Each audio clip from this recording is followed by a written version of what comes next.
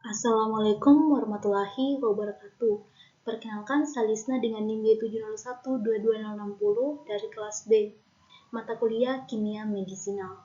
Di sini saya akan mempresentasikan tentang suatu obat golongan antibiotik, yaitu penisilin.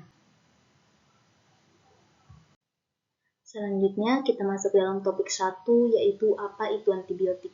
Nah, antibiotik merupakan obat yang digunakan untuk pencegahan dan pengobatan infeksi. Infeksi yang timbul akibat dari adanya bakteri. Nah, penggunaan antibiotik yang tidak tepat dapat menimbulkan terjadinya resistensi terhadap kuman yang disebabkan oleh bakteri. Nah, resistensi adalah kemampuan bakteri untuk melemahkan potensi dari antibiotik. Selanjutnya kita masuk dalam obat penisilin. Nah, penisilin ini merupakan salah satu antibiotik spektrum luas yang paling umum digunakan di seluruh dunia dan memiliki banyak indikasi klinis. Nah, penisilin ini efektif melawan infeksi yang disebabkan oleh Coccus gram-positif, batang gram-positif, dan sebagian besar anaerob, dan Coccus gram-negatif. Nah, penisilin merupakan landasan dalam pengelolaan dan pengobatan berbagai infeksi dalam kelas antibiotik belaktam. Dan ini merupakan rumus struktur dari penisilin. Selanjutnya kita masuk dalam topik kedua, yaitu hubungan struktur sifat fisika kimia dengan proses absorpsi, distribusi, metabolisme, dan juga ekspresi. Yang pertama, struktur penisilin. Struktur dasar penisilin adalah cincin belaktam yang terfusi dengan cincin tiosolidin. Cincin belaktam inilah yang merupakan bagian paling penting dari aktivitas antibakteri penisilin. Selain itu, terdapat rantai samping yang berbeda-beda pada setiap jenis penisilin, yang menentukan sifat fisika kimia dan juga spektrum aktivitasnya.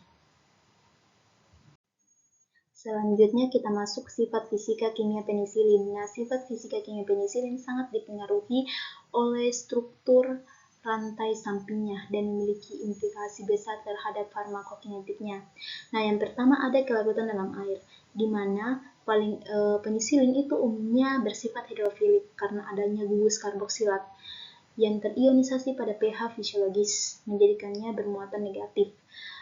Selain itu, ada variasi rantai samping dapat meningkatkan ataupun menurunkan lipofisilitasnya.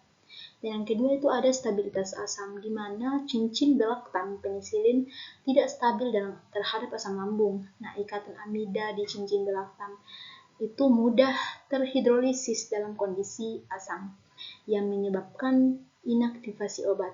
Dan yang ketiga itu ada ukuran molekul, di mana ukuran molekul penisilin itu di mana penisilin sendiri itu memiliki ukuran molekul yang relatif kecil, yang memfasilitasi penetrasi ke berbagai jaringan. Nah, yang selanjutnya itu ada derajat ionisasi atau pKa, di mana gugus karboksilat pada penisilin itu memiliki pKa sekitar 2,8 pada pH fisiologis sekitar 7,4. Nah, sebagian besar penisilin akan terionisasi bermuatan negatif. Nah, bentuk yang terionisasi lebih mudah larut dalam air dan kurang dapat menembus membran lipid.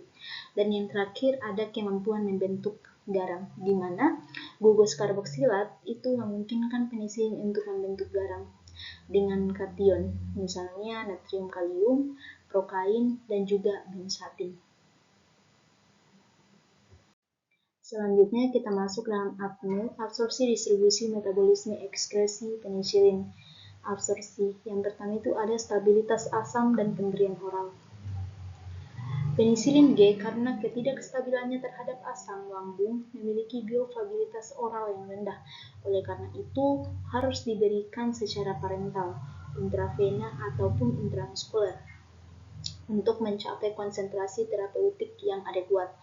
Nah, ada beberapa penisilin yang stabil terhadap asam, misalnya penisilin F, di mana dapat diberikan secara oral. Rantai samping dari penisilin ini melindungi ikatan belaktam dari hidrolisis asam. Nah, yang kedua ada lipofisilitas dan transportasi. Nah, meskipun penisilin umumnya hidrofilik, absorpsi oral yang terjadi pada beberapa jenis Penisilin melibatkan transfer aktif seperti transfer peptida di usus, bukan hanya difusi pasif. Lipofasilitas yang memadai dari rantai samping juga berperan dalam penyerapan ini. Selanjutnya ada distribusi. Yang pertama itu ada ikatan protein plasma, di mana penisilin memiliki tingkat ikatan protein plasma yang bervariasi sekitar 20-90%. Ikatan ini mempengaruhi konsentrasi obat bebas yang aktif secara farmakologis. Yang kedua ada ukuran molekul, di mana ukuran molekul penisilin yang relatif kecil memungkinkannya untuk berdifusi ke dalam interstitial fluid mencapai lokasi infeksi. Selanjutnya ada metabolisme, di mana biotransformasi penisilin umumnya dilaksanakan oleh mikroba dan enzim, terutama enzim penisilinase dan juga amidase. Hati berperan dalam metabolisme obat dengan mengubah senyawa non-polar menjadi polar agar lebih mudah diekskresi. Dan yang terakhir ada ekskresi, di mana sebagian besar penisilin itu diekskresikan melalui ginjal, terutama melalui sekresi aktif di tubuh proksimal. Nah, kecepatan ekskresi ini dapat dihambat oleh probenesid yang bersaing dengan penisilin pada sistem transfer yang sama, sehingga meningkatkan kadar penisilin dalam darah dan memperpanjang efeknya.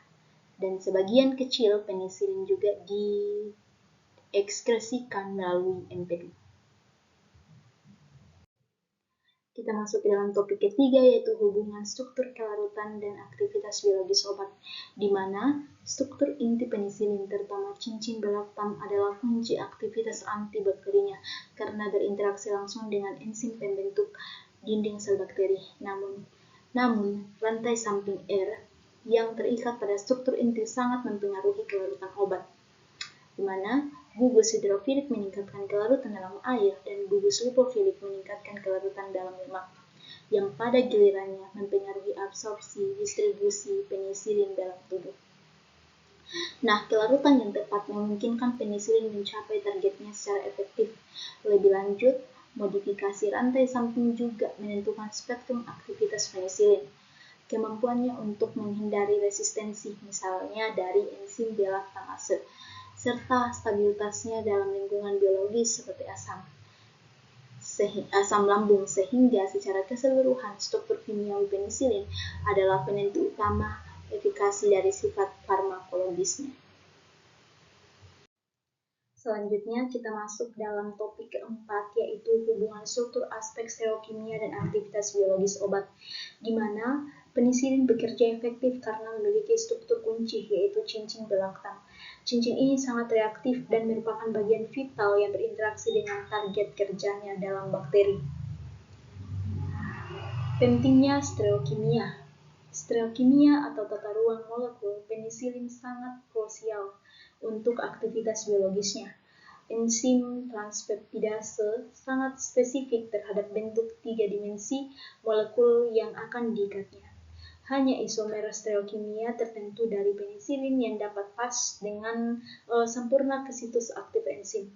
Perubahan kecil pada orientasi spesial gugus fungsi dapat mengurangi atau bahkan menghilangkan kemampuan penisilin untuk berinteraksi secara efektif dengan enzim, sehingga mengurangi atau meniadakan aktivitas antibakterinya. Selanjutnya ada topik kelima, yaitu hubungan struktur sifat fisika kimia dan aktivitas biologis obat. Untuk sifat fisika kimia penisilin, yang pertama itu ada kelarutan, di mana rantai samping memengaruhi kelarutan penisilin dalam air. Penisilin yang lebih polar umumnya akan lebih larut. Terus ada stabilitas asam, di mana cincin beta-laktam sangat tidak stabil terhadap asam lambung. Nah, beberapa penisilin telah dimodifikasi agar lebih tahan asam, misalnya penisilin F, sehingga bisa diberikan secara oral. Terus yang ketiga itu ada konsentrasi terhadap beta-laktamase, di mana enzim beta-laktamase yang diproduksi oleh bakteri tertentu dapat menghidrolisis cincin beta-laktam, membuat penisilin tidak aktif. Modifikasi pada rantai samping dapat meningkatkan resistensi terhadap enzim. Nah, ada distribusi dalam tubuh, di mana sifat fisikokimia mempengaruhi bagaimana penisilin didistribusikan ke berbagai jaringan dan organ dalam tubuh serta waktu paruhnya. Nah, adapun hubungan antara struktur dan sifat fisika kimia itu, di mana variasi pada rantai samping penisilin secara langsung mengubah kelarutan, stabilitas asam, dan resistensi terhadap beta-laktamase. Nah, adapun hubungan sifat fisika kimia dan aktivitas biologis itu, di mana sifat-sifat seperti stabilitas asam menentukan apakah obat dapat mencapai targetnya, yaitu bakteri, dalam bentuk aktif setelah pemberian oral. Nah, resistensi terhadap beta-laktamase menentukan efektivitas penisilin terhadap bakteri yang diproduksi enzim tersebut.